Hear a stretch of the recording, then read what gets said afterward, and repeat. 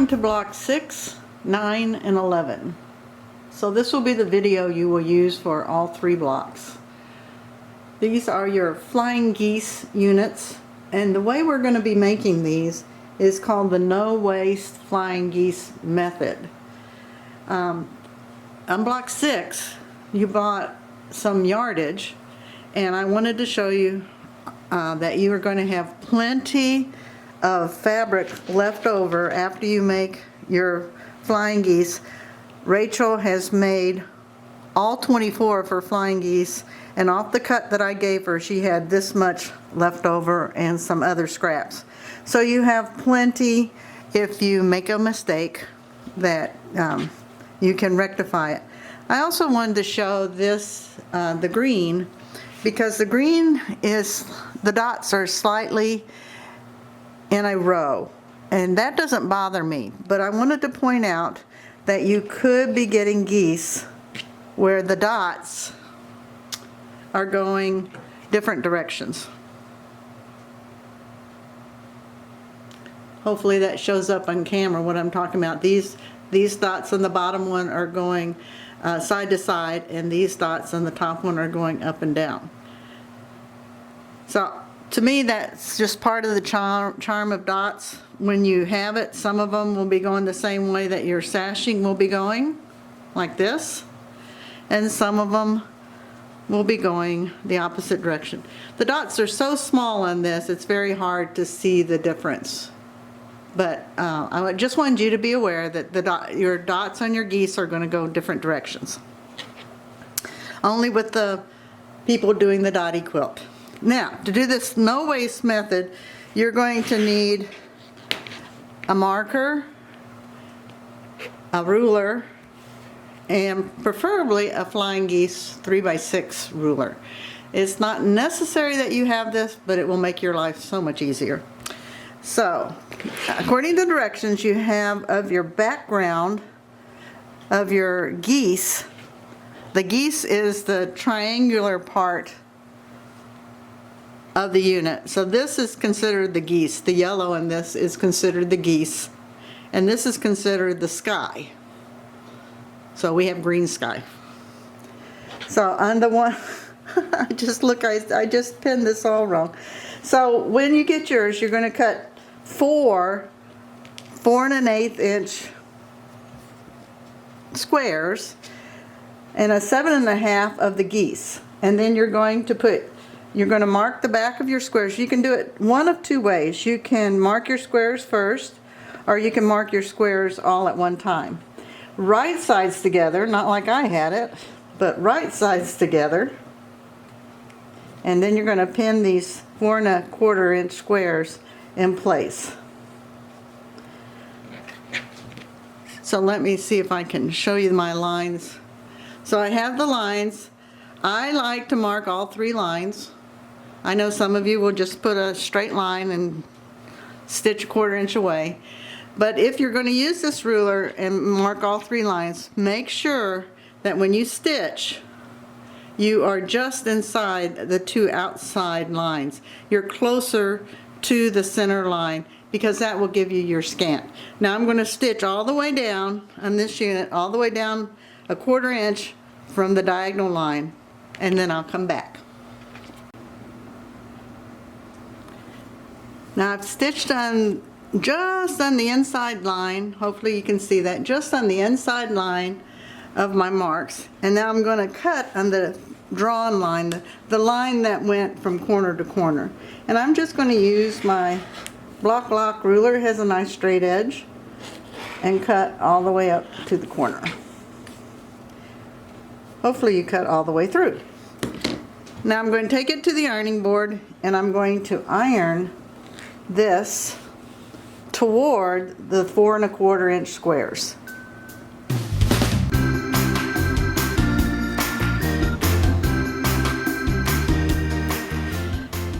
Now with your last 2 squares on those units, after you press them up towards the 4 1/4 inch squares, then you're going to place one of your squares like this between the 2 valleys, and I've already drawn on the back side of it, so I know where my 3 lines are, and I have stitched just on the inside of each of those lines down. And then I'm going to take my rotary cutter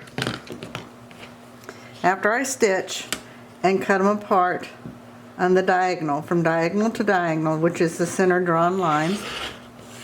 Cut it apart. Well, I think a new blade is in order.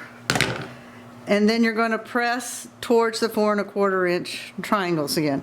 So you can see that that one square made these two and the two that I've already pressed. So you're making 4 geese at one time.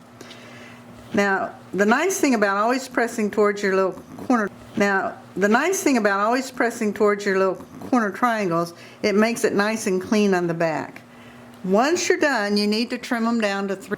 And yes, you can use a normal ruler to do that, but Block Lock has made a special 3x6 flying geese ruler, and these little grooves that are inside your square will fit right into the geese itself. So I'm at a little bit of an angle for your viewing because the camera's in my way. Otherwise, I'm going to try. I have a second rotary cutter here. I'm going to try and see if it's a little sharper than the first one.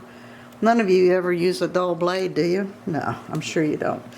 So I'm going to cut the right side and the top, and where it goes through all that at the top is usually a hard spot to cut. And then if I had my little twirly table, I would twirl this around, but I think I can do it just twirling it. And then I'm going to get the other 2 sides. You'll have a little bit to trim off on all 4 sides. Now I haven't cut my little dog ears off up to this point because I knew I was going to get them when I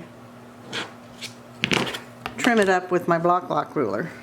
And there I have a perfect 3.5 by 6.5. I have a perfect 1/4 inch seam up here because I want this extra fabric at the top.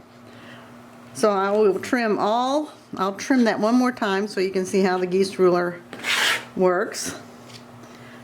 So this just fits on there, and you can see that it's been oversized just a little all the way around. So you can get a perfect 3.5 by 6.5 flying geese. So I trim the right and the top first, then I twirl it around, and then I do the right and the top again, which is actually the opposites. And I come out with perfect flying geese every time. And if you use your regular ruler, you can trim it with it, but I would wager mine are a little bit more perfect than yours using this Block Lock ruler. Now those of you that are doing the dotty quilt, if you want, when you make them, you're going to end up with 2 of them that go up and down and 2 that go sideways. But they're both of the sky are going the same direction. If you want to do your quilt, they're going to come out like this. You're going to have 2 going sideways and 2 going up and down with both sets that you make. So you'll have 4 altogether, 4 going up and down. This is what I'm talking about, the dots, and 4 going this way. If you want to make it this way, I've played around with this, and Rachel was kind enough to be my guinea pig. But when you do this, sorry about that, didn't mean to hit the camera. Then when you place your squares, the first time you place your squares, you want your lines, hopefully this is going to show up on the camera, you want your lines on the green going sideways, like that. And then when you get, when you sew that and they finish, it'll look like they're going this way. Then when you place the next one down, make sure it's going the same way that these are going. And then you will come out with 2 going up and 2 going sideways. My personal opinion, I would just slap the squares on, and whatever way they came out is the way it's meant to be. It's such a subtle directional fabric, you're not going to notice it in the border, and you wouldn't notice it once the quilting got on it. But if you're somebody that has to have 2 going one way and 2 going the other way, that's how you do it. And if you need more help on that, just stop by the shop and I'll be glad to help you. Have fun making your geese. Block 6, block 9, and block 11 will be the months that we're doing the flying geese.